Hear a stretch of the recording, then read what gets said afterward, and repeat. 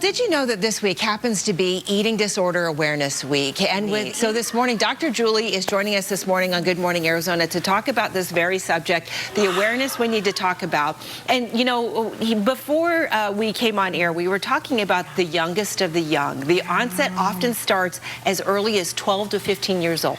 Absolutely. So we know that the most common onset is between 12 and 25 years of age. We at A New Beginning see kids as young as 7 or 8 years old. What are we doing, Dr. Julie, that our young ladies are turning to this? Oh my gosh, it's such a complicated question. So we are not doing enough. And I don't like saying that because I like to be very optimistic. I am very hope-filled regarding being able to get over an eating disorder. But our nation and our world is being consumed and overtaken by eating disorders. And it's not getting better, it's getting worse. Let's go back to the young ladies. What can we do as adults in young women's lives to steer them away from these options? And I know that so often you talk about how eating disorders really have nothing to do with food per se. Yeah, they don't have anything to do with food. So the very first thing we have to do, regardless of what our culture does, is we have to instill in our kids that what creates your value and your worth is who you are on the inside, not what you look like on the outside, not what your weight is. Tell me how to do that in very practical terms, because, you know, our kids are surrounded by social media and, you know, all of these different images of perfection which don't exist except for in the world of apps where you can alter your appearance. What do we do in practical terms to bolster our kids? So I was so proud of my daughter yesterday. She just did a very honest deed. She's a very good person on the inside, and I stopped and I said, I'm so proud of who you are. You're such an honest person. I said, I am so proud to be your mom. Okay, so developing these traits, right? Recognizing a trait that is not appearance related, labeling it, asserting it. Parents are mirrors for our children. It starts very young and it continues.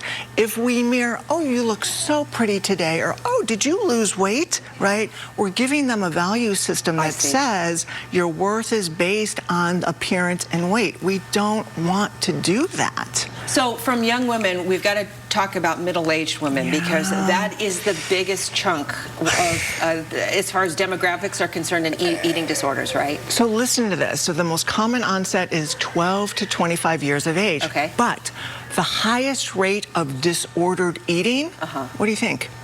Age 35 to 55. Okay, when I hear those ages, I think of childbearing years. Does it have to do with the weight we've gained because we have children? Is it because of hormones? So, and then of course, all of the exterior.